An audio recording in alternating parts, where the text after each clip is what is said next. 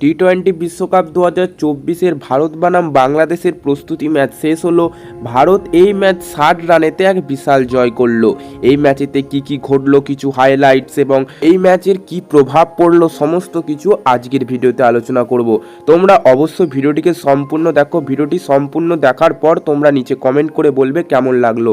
তো বস, প্রথমেতে এই ম্যাচেতে India bat করতে নামে। ইন্ডিয়া 182 রানের টার্গেট দেয় 5 উইকেট হারিয়ে। প্রথমেতে ওপেনিং করতে নামে রোহিত শর্মা এবং সঞ্জু স্যামসন। রোহিত শর্মা 23 রান করে এবং সঞ্জু স্যামসন 1 রান করেই আউট হয়ে যায়। এরপরেতে ঋষভ পান্ত ব্যাট করতে নামে দুর্ধর্ষভাবে এক ইনিংস খেলে, 53 রান করে 32 বলেতে এবং রিটায়ারমেন্ট হার্ট নিয়ে তিনি চলে যান।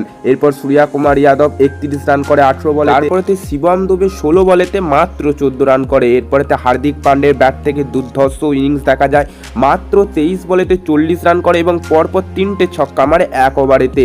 এরপরেতে রবীন্দ্র জাদেজা ব্যাট করতে নামে 6 বলেতে মাত্র 4 রান করে।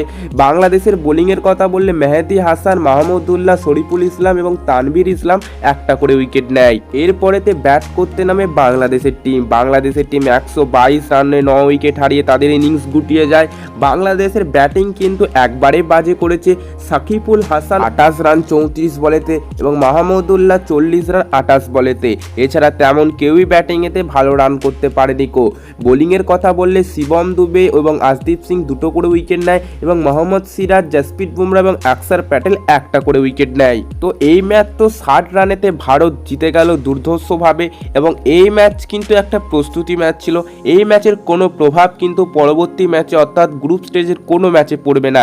এই ম্যাচের কিন্তু কোনো জিতে গেলেও ভারত কিন্তু কোনো পয়েন্ট পেল না, অর্থাৎ এই ম্যাচ একটা প্র্যাকটিস ছিল। তো বাস, এই ভিডিওটি কেমন লাগলো নিচে কমেন্ট করে লিখে জানিয়ে দিও। তোমাদের মতে এবারে বিশ্বকাপ কারা জিততে চলেছে নিচে কমেন্ট করে লিখে জানিয়ে দিও। ভিডিওটি ভালো লাগলে অবশ্যই একটি লাইক ও চ্যানেলটিকে সাবস্ক্রাইব করে দেবে ক্রিকেট ও আইপিএল সংক্রান্ত সমস্ত আপডেট সবার আগে পাওয়ার জন্য। তো দেখা হচ্ছে পরবর্তী ভিডিওতে নতুন কোনো টপিকের সাথে।